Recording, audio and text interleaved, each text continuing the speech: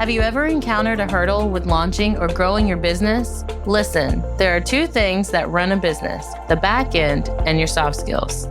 Telling you right now, if these aren't in place, you'll lose clients and you'll lose money. You don't want that? Well, you're in the right place. Hey, I'm Dana. Hey, I'm Sarah.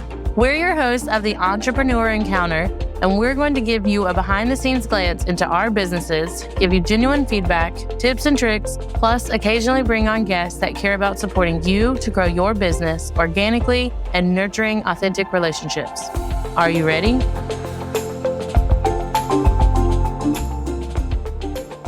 Welcome back to another episode of Entrepreneur Encounter. We're your hosts, Sarah and Dana. So to lead, you must know where you're going, show up, and show the way. Today, we're diving into leadership and what that looks like. And joining us today with that conversation is Naomi. She has led teams in corporate and still leading in her business today. Welcome, Naomi. Can you go ahead and introduce yourself and dive into more about what you do and who do you help? Yeah, absolutely. Thank you very much for having me on. It's really great to be on the show. So I'm Naomi. I'm based here in the UK. Basically, about 6 years ago, I worked in non-profit kind of corporates heading up digital teams, leading digital teams, doing lots of launches, lots of projects. And my job was really nice. It was very good, but I wanted to ultimately work for myself. So I quit my job and opened a cafe and bar. Did a complete 180 on my careers and went into a completely different industry and went on to do that. It was a really interesting experience because I wanted to do something I was really passionate about. I loved to bake and I wasn't a professional baker, but I wanted to go and do something I baked. So I went to go and do that, and obviously went into the COVID years, which was always very interesting. And during that time, I actually also crowdfunded a bakery. I didn't have the cash flow to necessarily buy the bakery, but I decided to crowdfund it, build the teams from there. And we've got £17,000 from our local community. That's UK pounds. And 3 months after opening, we won Britain's Best Loaf Awards, which was quite miraculous considering we're all pretty much home bakers and we're beating some of the Britain's best bakeries. But from there, we went on a bit of a journey. The world in the UK particularly had been hit quite heavily by a cost of living crisis. The bills went sky high, so energy particularly went through the roof. The business became financially unsustainable. It wasn't something I could, unless I raised my prices dramatically, selling loaves of bread at ridiculous amounts of money, it wasn't something that I was ever going to sustain. So I had to make a really difficult decision to close. And that's when I got into my next part of my business, which was Baking Boss, which is helping food business entrepreneurs with their own businesses, as well as teaching a bit of how to bake. But since then, I'm sort of starting to broaden out my business. So now I work with entrepreneurs that are basically getting a bit stuck in their business and are looking for finding ways of more freedom, more time, and going in that direction. So that's kind of my very brief roller coaster of a journey. That's awesome. That's really cool that you won the award. You weren't even in business for that long. Yeah. My journey into what I do is actually very similar. It is not food-based, but I was a wedding planner. When the pandemic hit, events went up in smoke, so that I had no work to do. So I pivoted my business to supporting other wedding planners that were still in business. And so since I knew the industry, I was like, I know the ins and outs. Let me support you on the back end. Because at the time I was a single mom of 3, and going out and being gone for 14 hours a day when I can't find a babysitter was just non-existent. So it was an interesting pivot, but it's been a fun one. So I love that that's how you got started. Yeah. For me, it was about, I wanted to do something I really enjoyed doing. And I knew I always wanted to work for myself. And that was where it kind of developed of like, it was more of an opportunity that came up. I thought, I can't not take this opportunity to go and have a go at doing it. Good for you for doing that, because oftentimes things happen in our life that make us make a decision. So like, do I go back to corporate? Do I start my own business? But that's really cool that you were able to do that, raising the funds and then pivoting to what you're doing now, which is pretty awesome. Now, with that being said, because I know in our pre-call, you mentioned leading teams. Are you still trying to help businesses now? Although you're pivoting, are you still wanting to help them in that aspect as well? My question to tie into Sarah's of how you pivoted your business, what key lessons did you learn about leadership through that path? And then segue with Sarah's of how are you using that today in your current business? Yeah, leadership is such an important thing and something that often gets quite underrated, I think. And I've had a lot of experience in leading teams as well as being a leader of my own business. And they're two often quite different roles. And sometimes we get interchanged with being a manager as well. So actually getting into the nitty-gritty of managing tasks and doing stuff. But actually, that's very different from leadership. The thing with leadership, it's about having that vision. It's having that drive. It's having that forward plan to take what you're doing and move it forward, to know where you're heading. And being able to say, I need to make a change. This isn't working and I need to change and adapt. I had a really interesting interview with currently Britain's Best Bakery. They're a fantastic bakery not far from me, but they were saying pre-COVID, you could just sort of sit and wait for your customers to come in. It changed after that. And as a business owner, as a business leader, they were having to think not just about what's right now, but thinking 5 steps ahead of what if we don't have the shop? What do we do? So they got a bread truck. So now they have a truck that they can drive around and sell bread in. So they've got a business wherever they go. So it's just being able to think ahead, being that visionary, being able to see where you can grow your business and how you want your business to be. Is your business actually working for you? Is it doing what you want it to achieve? Are you servicing your clients or whoever you're helping in the right way that gets them the results? That's what I think that leadership is about, is being able to look at what's going on and see the bigger picture and be able to drive that forward. I love that. You definitely have to look at the bigger picture. I know I did this, but now I'm starting to realize that you have to see what you want for the future. So although maybe in a couple of years, something else is going to happen, we're not going to know what's going to happen, but preparing for the what if, like what if COVID happens again? Or like everything shuts down. So I believe that you have to implement a strategy, a plan for a possibility of something happening, like a disaster plan. I don't know if you have those in the UK, but when a storm hits here in the South, in Florida, or even the Carolinas where Dana lives, storms happen and the state has a plan set in place. Okay, well, this is what to prepare for. So I believe that, like you were saying, that you do definitely have to prepare for the future. Even when you start a business, you don't think that, hey, I'm going to build a team. But what if you already have that plan in place of, hey, I might hire a team in 10 years. Do you have the things set in place for that? So that's a good point. Yeah. And I think having that ability to adapt to the situation, if you've got that vision, if you see where you want your business to go, but sometimes you just have to go, okay, what's right in front of me now? What are the biggest priorities that I have and what do I need to do to get to the other side of this? And that was definitely a lesson I learned during COVID. And a lot of businesses did that. Certainly in the UK, the government would change their laws with 48 hours notice, which when you've got a customer-based business, you not only have to try and work out exactly what those laws were because they weren't always very clear, but then how you actually then are authoritarians of those laws with people that are paying you. So it was a really interesting way of how, as a business owner, do you lead people in that and what you have to do. But it definitely taught you you can adapt, you can be fleet of foot when you need to be, as long as you've got those goals in place of what you want to achieve. Yeah. With that thought process, one of the most important qualities, like through all of that and moving forward with leadership in mind, was essentially being light on your feet. Like, for instance, laws being changed with the 48-hour notice. You got to be able to pivot literally at the drop of a hat. There are other qualities of successful leaders in today's world that you teach or recommend to other business owners? Yeah, absolutely. I think one of the biggest things as a leader is being able to have that ability to listen and observe and see what's going on around you. It's very easy sometimes to just be so stuck in one vision. And particularly when you're leading a team, my biggest asset was my team. They were always my biggest asset.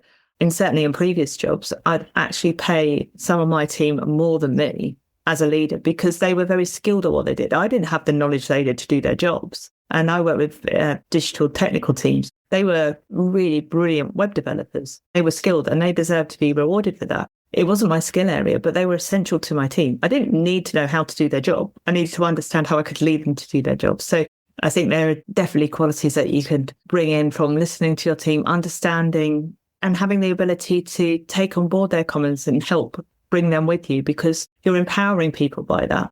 So by listening, by observing, seeing what's going on, you can then learn and have an open mind about where you may be heading because I don't have all the answers. I don't know the answers to everything. And actually, some opinions I mean, I always use the quote, opinion is the lowest form of knowledge.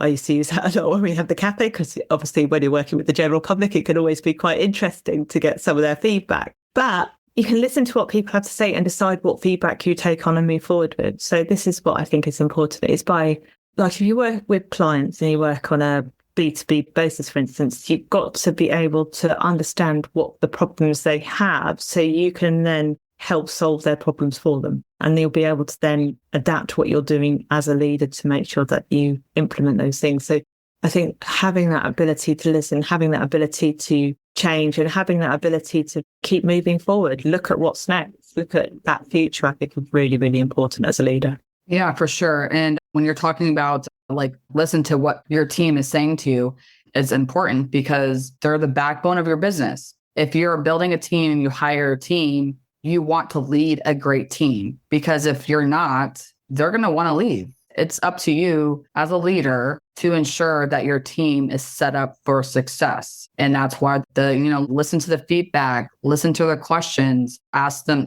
hey, what do you need from me to be able to be successful in your position? Although, like you were saying, like, you don't necessarily need to know how to do their job, but what can you do to help them make them feel as they're actually part of the team and not just some number that's sitting at a desk that's making you money? Absolutely. And if people are going to work for me, I want them to enjoy their job. I don't want people turning up to work because it feels like work. I want them to actually feel appreciated and valued and know that they can progress. And that was one thing, as I have led different teams, is I've always thought, where are they going to be at? What are they wanting to get out of their careers? Where are they wanting to head? What is it that I can do to help them do that? Because I know if I can give them the tools and information they need to do their job and get better at what they do, they're more likely to want to work with me and want to develop me. And so, with any team, there comes a time when they've had your time with you. And I will quite happily tell people it's okay to leave and go on and do something better now, because you've got everything you can from this position. I'd rather people do that, because it doesn't help me having someone in the team that's done their job and they're getting bored of it. I want them to be able to develop their careers. And I have said that to start when they have been open and honest with me. And I think that's really important, that we've had that very open relationship when they have looked at different positions and different options. I've supported them with that because I know that then they've got everything they need.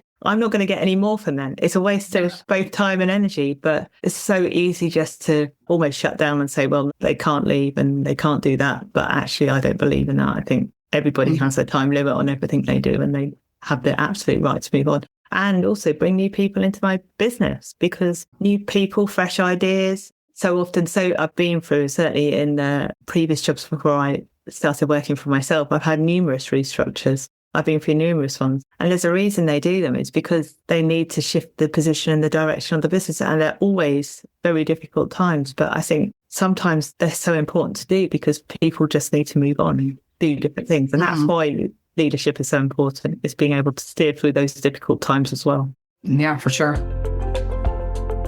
Hey there, listeners. Ever feel like you're struggling to connect with customers or lead your team effectively? That's where soft skills come in. Entrepreneur Encounter isn't just another podcast. We're a community dedicated to helping early stage entrepreneurs like you master the soft skills that make or break a business. Technical skills are important, but without communication, collaboration, and confidence, your business might never get off the ground to the next level. In our membership, Dana and I share actionable insights and tips to help you nurture the soft skills you need to thrive. Give you access to bonus content, workshops, and a network of like-minded entrepreneurs who are all on the same journey. We'll teach you how to boost your confidence, become a leader who inspires and motivates your team, navigate conflict like a pro, to resolve disagreements without drama and build stronger relationships, communicate clearly and concisely, get your message across, build trust, and close the deal. If you're ready to take your business to the next level, join the circle by clicking the link in the show notes. Have you ever faced any challenges within your team with that thought process of like an open door policy, of where they can come, like feel comfortable coming and talking to you and saying, a new opportunity has come up and I would really like to chase it? Yeah, I've had it several times, actually. I had an open door policy. If my staff asked me a question about the business, I'd give them an open answer, whether that was a financial one or anything. And if I didn't know the answer, I'd say. But I would always say, look, ask me anything, because if you understand what's going on, then you can understand where I'm coming from. So I'm not necessarily going to sugarcoat things they're doing. And certainly I've worked with a lot of different characters, and in previous teams, we've done a lot of personalities analysis around how people learn, how people take in information, because we've learned that we all learn in different ways and have different personalities in the team. So it's really helped understanding that from a whole team perspective. But I had, certainly during the cost of living crisis here in the UK, not long after we won Britain's Best Local Awards, the whole industry had been hit anyway, as it had been across the world, but particularly bakery staff just seemed to vanish. And my bakery was in a small town outside a city. So getting bakers in the first place was a challenge because they work at night. Not many people want to do night shifts. I like to give my staff a reign of creativity to create their own products. But of course, like with any job, it's quite repetitive in that way. You're having to produce hundreds of loaves every day in a very similar process. And I brought on staff that had come in that were local, and the city found the same thing. So my local city had found that bakers had also vanished. So they were offering people with the salaries of jobs with 4 years experience because they were that desperate for staff. And of course, my team would come to me and say, I don't want to leave, but this is an opportunity not to miss. And I'd be like, well, yeah, I see that from your perspective. I can't offer you what they're giving you because that's not right in the industry. And I can't afford it. I'm a small business and I was going through huge amounts of my own sort of issues then. So staff would actually have that conversation. I would just give them the honest answer of, look, I'd love you to stay. I can't give you any more money. You've got to make your own decision. But what I can do is be here to offer you advice, and I'm not going to skew you to work for me if that's not what you want to do. And as a result, I mean, I did lose a few staff from that perspective, but unfortunately at that point, when they're getting paid about £10,000 more a year, it's very difficult to argue with. I'm like, well, I can't do that because that just completely throws out the entire business. But I'd rather have that conversation openly with them than I would to have that complete surprise if that's what's going to happen. And I'm also, here in the UK, one of the things a lot of employers do is quite different from the US, but you normally have at least 4 weeks notice you have to work your job. Some are up to 3 months, some up to 6. So once you've handed in your notice, you can still be in a company for a huge amount of time afterwards. And I always said, if you're ready to go, go. I'd rather have someone that's working for me that wants to stay and finish your job than having to serve a notice period of 3 months. It's not good for anybody. I just find it crazy that we do that. So that's my preference. But I think I'd rather have an open door policy with any member of staff that weren't happy or were looking for a change. And if there's a way I can help them, I absolutely will, if they're definitely a valued member of staff. In the same way as if sometimes they're not doing the job I need them to do, we'll have an open conversation because no one's happy. Exactly. That open door policy and the way you explained it made me think, honestly, of my kids. I talk about my kids a lot, but I'm big on personal and business are very almost one and the same. And I tell my kids, like, you can tell that they're upset about something, even though they don't know exactly what it is or how to communicate it. I'm like, I can't help you fix a problem you don't tell me about. Exactly. So if you're angry, mad, frustrated, just sad for no reason, or even if you feel like it's small, it's clearly impacting you in a big way. I was like, I need you to tell me, because sometimes like I'm here and it's happening behind me because I work in my bedroom for those that obviously cannot see me, listeners. So I was like, I need you to tell me, even if you think I might think it's small. I can't help you work through like your brother taking your game or your sister jumping on you because she jumps on everybody. Something like that is annoying. If you're annoyed or frustrated, like, let's work through it together. And that's the thing. Yeah. No, it's definitely a true thing with anybody. If we don't know the problem, we're not going to be able to help you. That's that, you know? Yeah, absolutely. I always say I'm a fairly thick-skinned person, so you tell me to my face, I could take very blunt feedback. So I'd rather you say it as blunt as you like and get it out than keep it in and let it fester. It's the worst thing anyone can ever do. I'm definitely the logistical minded. I was like, I don't do sarcasm. I don't like guessing. I'm like, just tell me so we can work on it and that we're not both guessing or assuming you know what I mean type thing.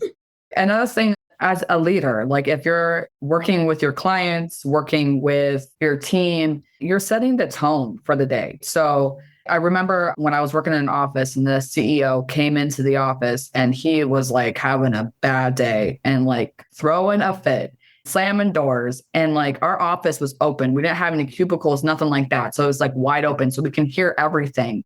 And that energy just flowed throughout the whole office. So now we're like, should we talk to him? Should we not talk to him?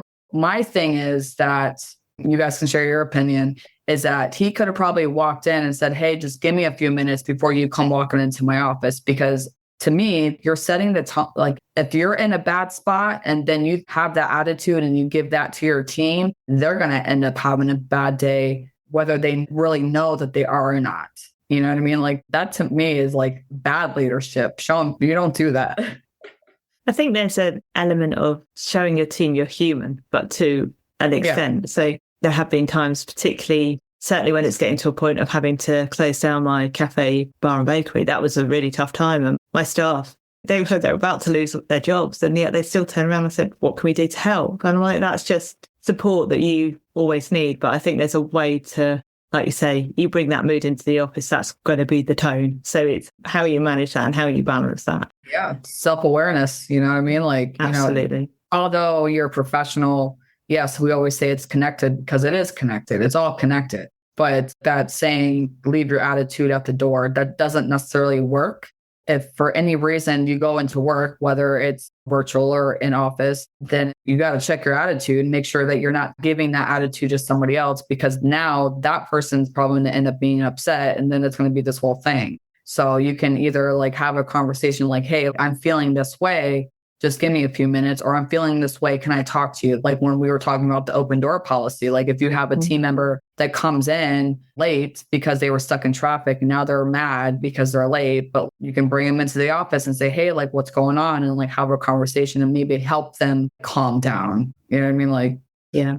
So I think this is where sometimes the role of manager and leader can overlap really, because I think as a manager, the team at the cafe was 17. So I had 17 people that reported to me directly, which was a lot for any one person to sort of have direct reports on particularly. But in the hospitality, it's a bit different. In the sort of non-profit, I had, I think, 11 or 12, something like that, plus the agencies, plus all sorts of other things that were responsible for me. But I think in a way, sometimes you end up in one-to-one meetings with your team. And we used to have them fairly regularly. And like I said, I had an open door policy. So often you would find they would be sat down and they've had a bad day at home and you become their like listener that they can unload on, because you're in this safe space that they can have that conversation with. And even you think, I am you in your business, but actually having that context of what they're going through as a manager and as a leader, you can then understand what they might need in work to get the best out of them. Sometimes it is space and time, but if you know, I used to find that I used to have what I called the counselling chair in one of my offices. So I had a chair next to my desk and people would like come down on like an afternoon because they've had a bad day and just sit there for a while and de-steam after a really bad day or talk something through. And that would be that. You could have that conversation with people that they can come and sit and just relax and actually say what they're thinking, which makes everything so much easier. You can then have an action plan from that and move forward when you know what's going on. I love that. I love having an action plan. I love a plan. I love a plan. That's also true. So as someone who has successfully transitioned from a corporate career to entrepreneurship, what advice would you have for individuals who are considering making a similar leap? I think my advice would be find a really great mentor or someone that you can confide in. I think the one transition I found very challenging, even though I was ready to be my own boss, and I'd thrown myself in at the deep end because I was going into a completely customer focused operation that I knew nothing about. Ultimately, I had knowledge in digital marketing, strategy, that sort of thing, project management, but not actually doing what I was doing. But at times it was very isolating. It was very lonely, even though I had a team and they were great. And without them, my business wouldn't have existed. They were absolutely fantastic. But there were some questions I did not know who to turn to, and Google does not give you the right answers all the time. So being able to find someone that can help and guide you. And I found this really difficult, particularly as a cafe, bar and bakery business owner. So I was very lucky. I actually found a local business group who became really good friends of mine, and it was the right fit for me. So finding that person at the right fit. Then I tried consultants throughout my business. They charged a lot, but I was small fry to them, so they didn't really care. And that's what it felt like. when I moved away from the cafe, bar and bakery, I've worked with mentors all the way through, and they have been really, really helpful in terms of just giving you that support you don't realize you need. Even as a leader, you need support, and in a way, I'm always looking at what's next. Where's the next step up? Where am I going next? And it's having those people that can help pull you up and support you, that you can kind of go to and go, I'm struggling with this thing. What do I do? And there's an underlying help. And it makes me better as a leader because I recognize that I don't know everything, and I'm going to get experience from people that have maybe been there or can help me work out a problem in the right way for me. So that I always highly, highly recommend find somebody that can help you. And I wouldn't necessarily, unless your family are really good at business or your friends are really good at business, find someone that works for you. Because, if I try explaining what I do to my mum, she has got absolutely not a Scooby-Doo, no clue whatsoever. And she's just completely baffled by the concept, let alone the fact that how Facebook works or anything like that. So find someone that works for you that you can resonate with, and there's always someone for everyone out there. That's exactly how I found Sarah. Exactly. Yes. My dad, honestly, one day, straight to my face, he was like, I do not understand what you do. I don't get it. And I was like, in the most layman terms, it's like, I'm basically an admin assistant from home, or an office manager. I just do it from home. I do more than that, but he just was not grasping that I could do it from home and all over social media or on a certain platform. And now I've pivoted to Pinterest management, and he's even more confused. So I was like, all you need to know is that I'm making money to support my family, and I am not knocking on your doors. Yeah, absolutely. My mum asked me earlier, is it an influencer you are now? I'm like, That's true. No, thank you, Mum. It's very kind, but no. I couldn't do that one. That would be so stressful. I also say I'm a big Pinterest fan. So anyone that's got a business and is disregarded Pinterest wrongly, definitely Pinterest is a way forward. I think it's fab. It was actually one of the businesses I worked for. It was their biggest social media channel by a mega mile. Absolutely huge. And if anything, this week has proved there are much more reliable platforms than Facebook or Instagram. Yeah, exactly. Yeah, for sure. I genuinely, on whatever day that was, I was like, I'm done. I'm so done. I'm going to just be on LinkedIn and Pinterest, and I'm not going to talk to anybody else. Absolutely. Well, Naomi, where are the best places for our listeners to find you? I know you're a baking boss, but are you open to working with other food service industries? And if so, where can they connect with you? Absolutely. I'm actually broadening out of the sort of food world because I actually like having conversations like this. I like talking to all kinds of different business owners, and I realize that I can actually help a lot more. And I find a lot of people have come to me outside the industry, and I'm like, actually, I'm here to help people get better at their businesses. That's what I want to do. So I know a lot about food. I also know a lot about other stuff. So you can find me. I'm still at I Am Baking Boss on Instagram, Facebook, or bakingboss.net. I will be under my own name, which will be probably Naomi Rose Strategist. On Instagram shortly. That account does not yet exist, but will be soon. So definitely look out for that. If not, just drop me an email at naomi@bakingboss.net. That email address is there, and come and chat to me. I always love talking. I love it. So we'll have all of that information in our show notes, as always. Until next time. Bye. Bye. Thank you.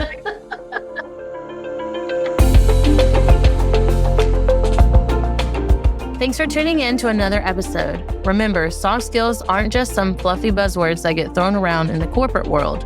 They're the key to unlocking your full potential as a professional and a human being. Don't be afraid to invest in yourself and seek out opportunities to improve your soft skills. Sarah and I have a variety of workshops, online courses, and complimentary clarity calls for you to practice in real time with us. Links are always in the show notes. And be sure to join us next time for more insights, tips, and tricks to help you succeed in your entrepreneur encounter.